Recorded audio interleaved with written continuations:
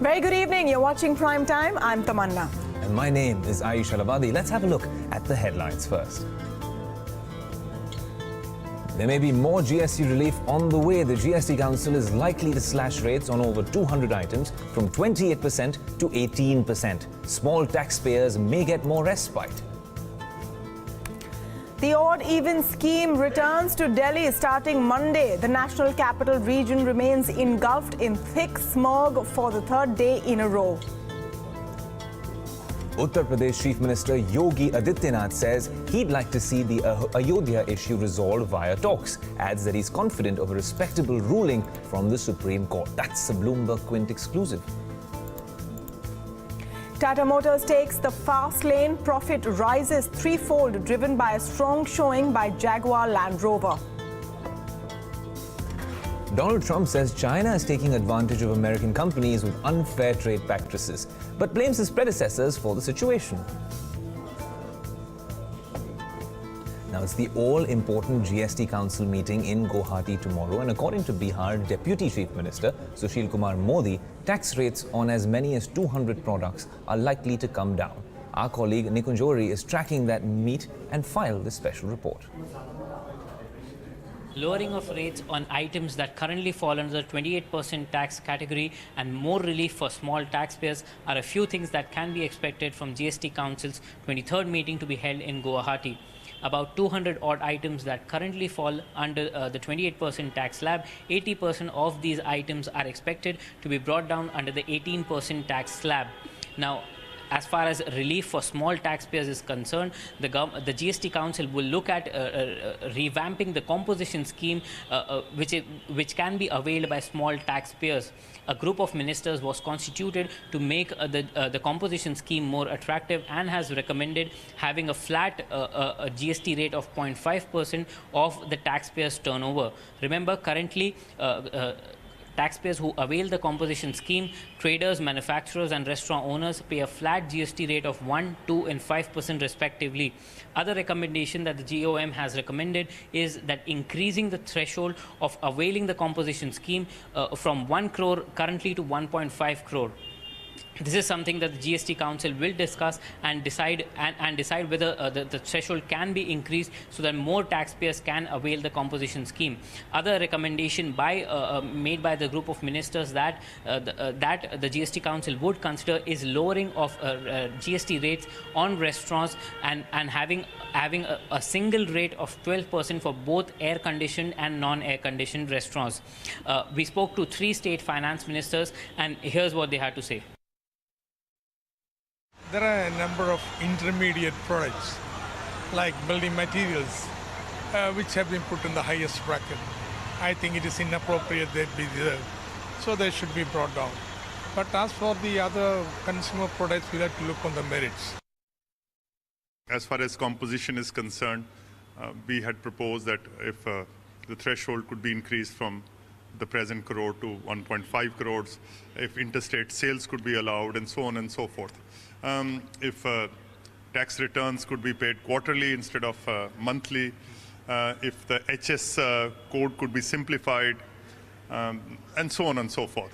But basically, we need to look at 3 main areas to get the GST system going. One, of course, is the rates. If the rates could be brought down, compliance issues could be sorted out, and the IT backbone, the GSTN, if that could be made more efficient. And I think if we could do all 3, then I think within the next 2-3 months, India could be sailing through. Composition can be made a little bit more inclusive and easier to comply with as well. So our proposals are related to composition scheme, and I think a group of ministers has already looked into it and they've come up with some suggestions, and I hope we will also push for those. Now, Tata Motors reported a strong set of earnings in the September quarter. Net profit rose threefold to 2,502 crore rupees year on year. Revenues rose over 11% to 70,690 crore rupees. Operating profit rose 42.8%, while operating margins expanded to 12.7% from 9.9%.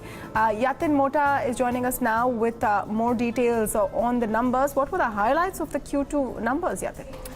Thanks for that, Tamanna. If you look at it, as you were mentioning, strong profit growth seen on a lower base, and more importantly, we had earnings which were largely above the street expectations, especially on the JLR operating front.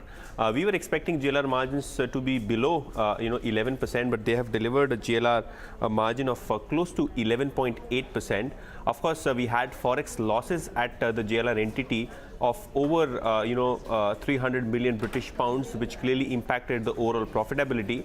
But moving forward, the management believes that the foreign exchange losses could narrow, and more importantly, they have a standalone turnaround plan for the domestic operations, which probably would mean that moving forward, the commercial vehicle business and the passenger vehicle business would be doing a profitable growth, which is currently loss making. Of course, if you look at the overall realizations also for JLR, they improved significantly on a year-on-year basis, and we had the Chinese market, which almost formed 1/4 of total JLR sales, and that market is growing quite significantly. Of course, moving forward, the management believes that the new launches for JLR and the domestic market would be improving the overall volume picture.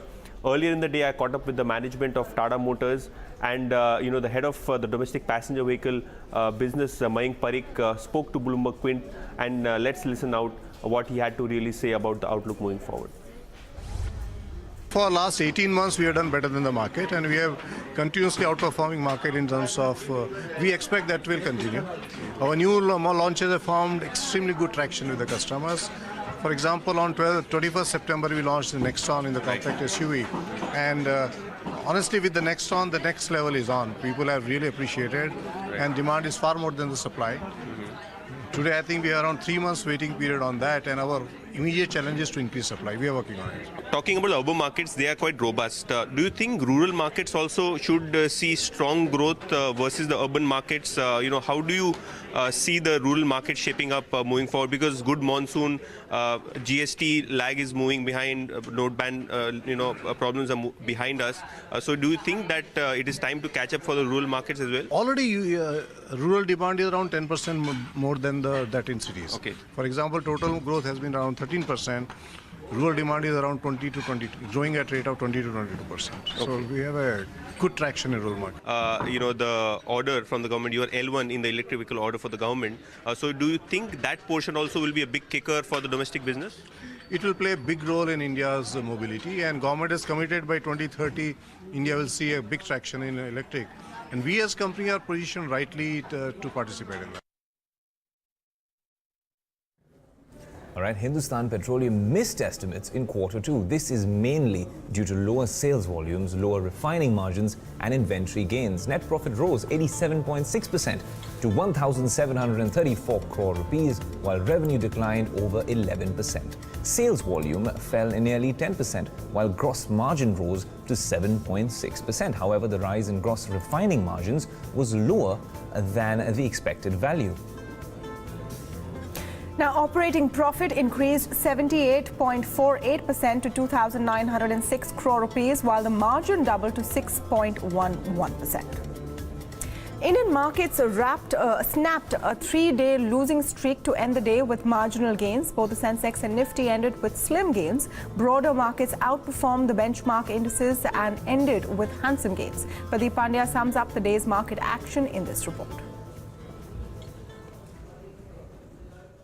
Smart recovery from lower levels, although it may be too early to call it a bottom. But after a correction of roughly 200 points over the last 3 to 4 sessions in Nifty, probably short traders also decided to take some money off the table, looking at the handsome gains that they were sitting at. But we also we have seen a significant buying interest across segments, and we'll talk about it. But first, let's see how the indices really moved in today's trade. Nifty and Bank Nifty, Sensex, mid-cap and small-cap index, they all recovered from day's low, closing in the green. Mid-cap and small-cap especially gained roughly 1% or 0.75% in today's trade. That was significant. Leadership came from banking heavyweights like SBI and ICICI. Of course, you had the heavyweights like RIL also moving up in today's trade. But housing finance was one interesting segment where we saw some buying interest. Tribals housing was the top gainer among the index, and Diwan housing and other housing finance stocks also moving up in tandem. PSU banking, and that is where a lot of action was. Indian Bank was leading from that segment, but you had support coming from consumer stocks like Tata Global Beverages as well. So across segment, there was some buying that was seen today. Pressure still remained in some heavyweights like ITC and HDFC.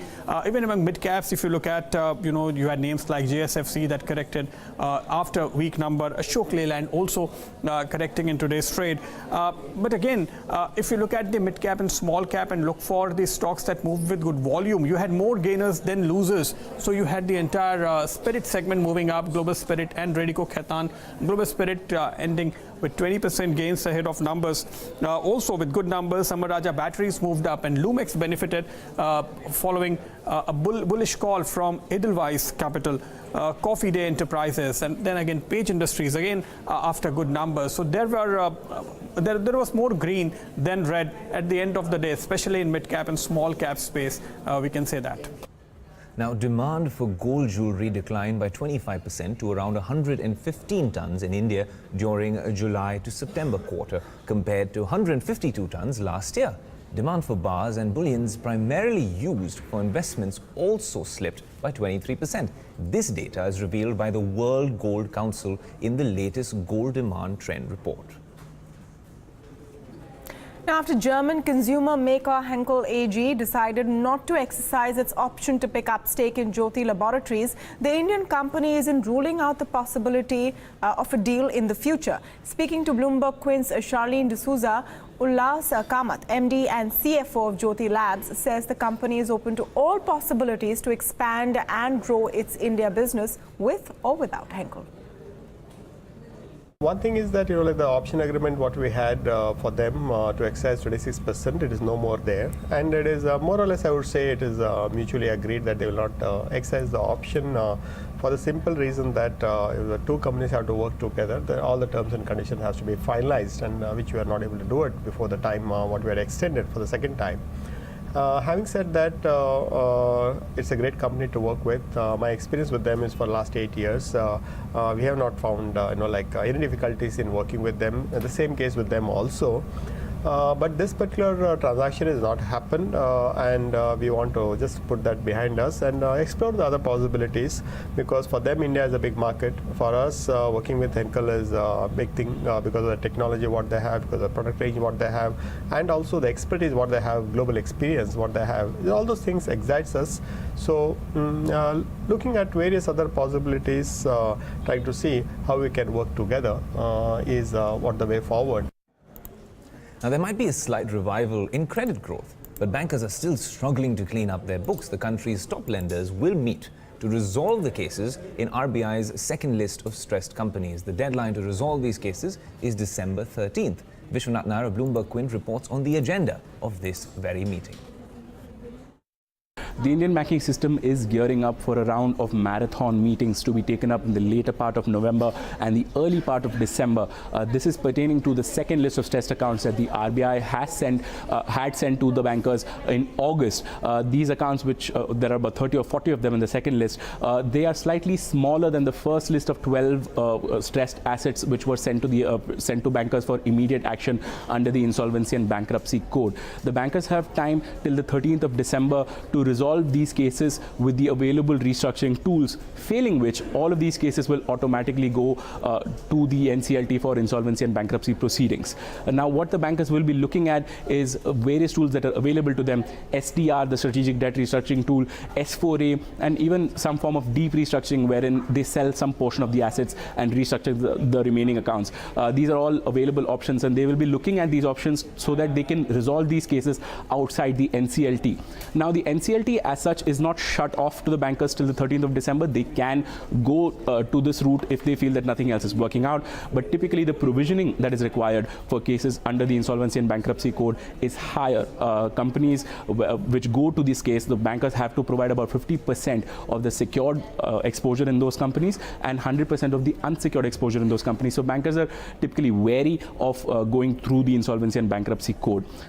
However, what is happening is the government has announced an over 2 lakh crore recapitalization exercise for the public sector bankers in India who control a large part of the debt that is in question. So they will be in a better position to negotiate and thereby write off some of the bad loans which may be discussed over these meetings.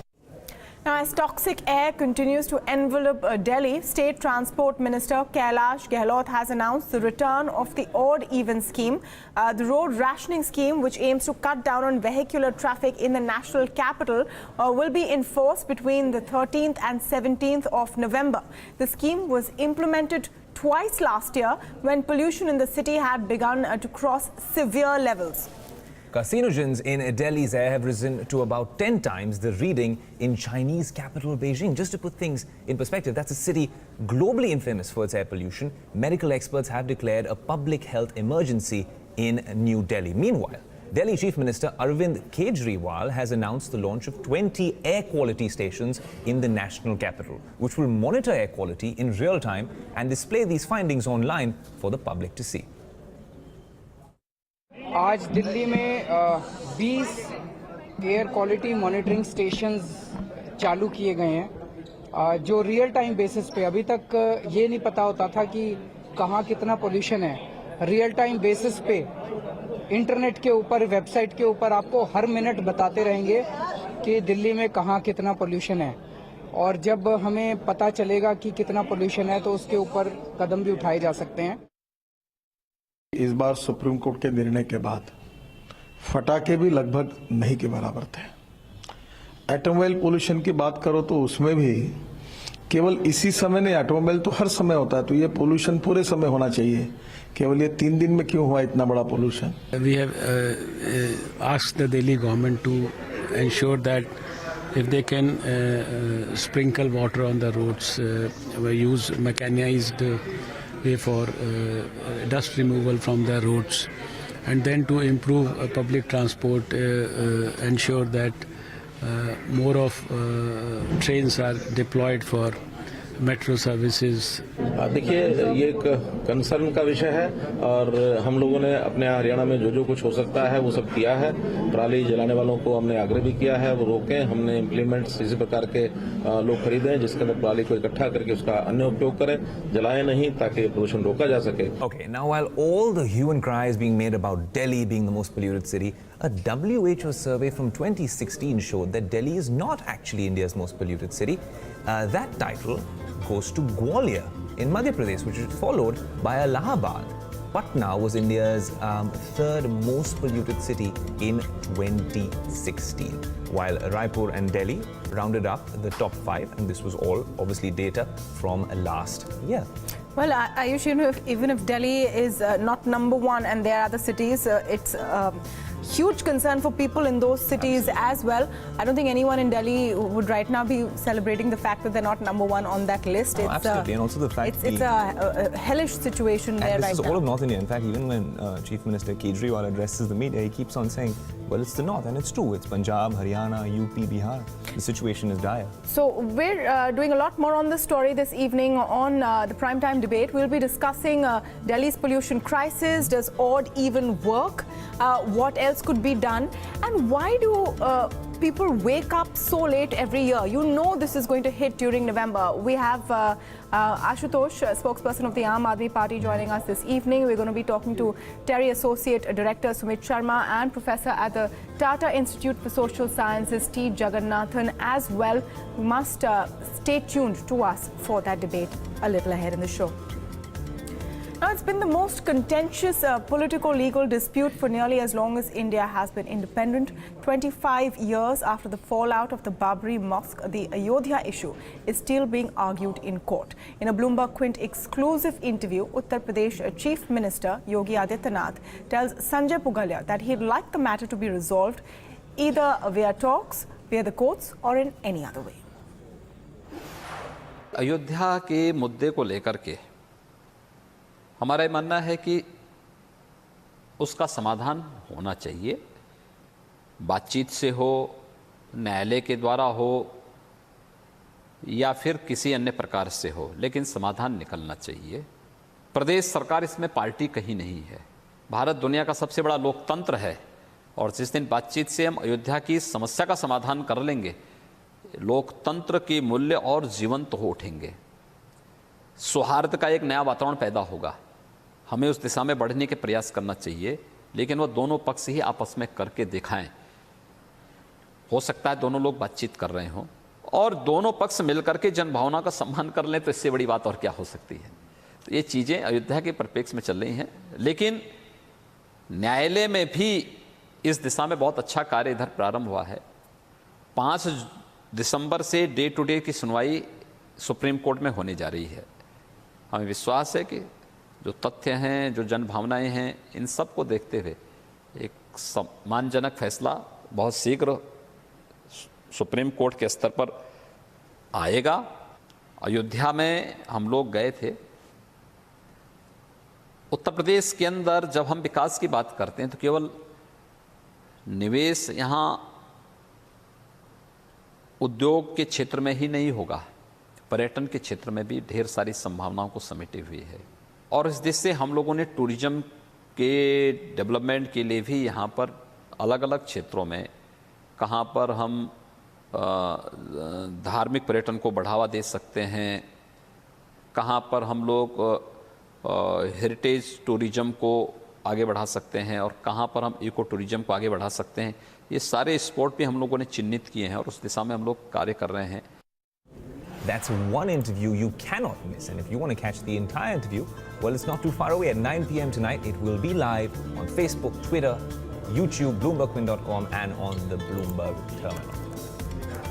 Now, Himachal Pradesh today recorded its highest polling in assembly elections, with 74% of voters exercising their franchise. The contest is over 68 assembly seats between the BJP led by Prem Kumar Dhumar, who has been Chief Minister twice in the past, and Congress under Veerbhadra Singh, the longest-serving Chief Minister of the state.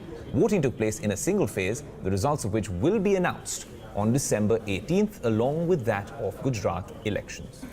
Now, do remember, the Election Commission has banned exit polls for Himachal until Gujarat elections are done with. That is on the 14th of December. It's a big test for the BJP, as elections in these two states will set the tone for the 2019 general elections as well. The 74% figure was till 5 p.m. and the final polling percentage may be revised as well. Polling was still on in about 500 booths. The previous highest polling percentage of 73.5 was recorded in the 2012 assembly polls. The Chief Minister Veerbhadra Singh reacted to the speech Prime Minister Modi made during his rally in Himachal Pradesh last week, pointing out that such language does not suit the position of a Prime Minister. जो campaign का जो tenor है ना, tone है, वो जो leader होते हैं वो सेटअप करते हैं। मैंने पंडित नेहरू से लेकर आज तक जितने प्रधानमंत्री हुए हैं, सबके साथ मुझे चर्चा करने का मौका मिला है, सबके साथ मुझे बातचीत करने का मौका मिला है और उनके भाषणों को सुनने का मौका मिला है, आम तौर पर भी और इलेक्शन के दिनों में भी। मुझे ऐसी अभद्र भाषा का इस्तेमाल जो है मोदी जी कर रहे हैं इस बार, वो किसी भी देश के प्रधानमंत्री को शोभा नहीं देता। US President Donald Trump's second day in Beijing saw him reiterating that China is taking advantage of American businesses with unfair trade practices.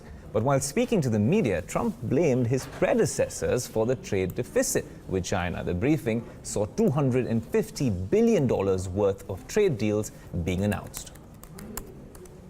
As we all know, America has a huge annual trade deficit with China, a number beyond anything what anybody would understand. This number is shockingly hundreds of billions of dollars each year. Estimates are as high as $500 billion a year. But in actuality, I do blame past administrations for allowing this out-of-control trade deficit to take place and to grow. We have to fix this because it just doesn't work. And Michael McKee from Bloomberg News joins us live from New York to talk about what these trade deals mean for US-China ties. Thank you, Michael, for speaking with us this evening. While a lot was made about the trade deals, Trump seems to have got no concrete commitment on how China will deal with fair trade. Well, two different questions there. The trade deals that were announced on this trip aren't really deals. They're sort of memorandums of understanding. The idea being that the companies want to do a deal, but they haven't necessarily gotten a contract together yet. And they could spend years negotiating these things. But it's an old thing that China likes to do, announce deals that sound like a big deal. They've done it many times when they've come to the United States and when U.S. presidents have gone there. So less there than meets the eye. The real question is, now that Xi Jinping is in firm control of China, what will he do about China's trade policies? China has taken advantage, certainly, of the U.S. and other countries in trade by subsidizing its companies, by managing its currency at times. Do they continue that? Do they continue to move towards a more open market for greater acceptance around the world? A real question. Right, Mike. You know, also, when it comes to this whole Asian trip for President Trump, North Korea seems to be a big talking point, and his approach has been different with all the different countries that he's been visiting. But even on this particular leg of the visit, the China leg, Xi Jinping remained, well, largely non-committal. Well, the Chinese look at this very differently than the U.S. does. They see North Korea as containable, manageable problem, and they would fear more the collapse of the Korean government and the idea of a lot of refugees coming over the border, or an unstable government with control of nuclear weapons, or even worse, for from their point of view, a united Korean peninsula that leans towards the West. So they would rather manage the problem than eradicate it. The U.S. wants them to do maybe more than they even can. Nobody quite knows how much influence China has over North Korea. Now, they have the hammer of trade. They provide almost all their energy, but they note that Kim Jong-un has never met with Xi Jinping or other Chinese leaders. So there's some real questions about what China could do if it wanted to, and of course questions about how much China wants to do. All right, Mike, you know, as a last question, there were certain exchanges between President Trump and Xi Jinping, especially when he spoke about the trade deficit being a problem, but he didn't really, well, he actually blamed it on his predecessors in office when it comes to the US. I want to understand from you, do you think it was a lot more, even considering the whopping amount, $250 billion, a lot of it being non-binding MOUs perhaps, but would you say it was a lot more about messaging from both sides? Yes, they're both trying to make nice with each other to try to gain advantage in future negotiations. The Chinese know that the president may go home. He's mercurial. He may come back to the United States and impose sanctions on China for steel dumping, for other trade violations. And the U.S. knows that it wants Chinese help in containing North Korea, and it wants to limit Chinese expansionism in the Asian region, particularly the South China Sea. So they're making nice with each other right now. The question will be, does this produce anything going forward, or are we going to start to see tensions ratchet up if the status quo is maintained? Well, thanks so much for speaking with us, Mike McKee there from New York. And that's pretty much all the time we have on the show, but don't go anywhere. Up next, Primetime Debate, we'll be talking about Delhi's pollution crisis. Odd even is back, but is it even enough? That debate up next.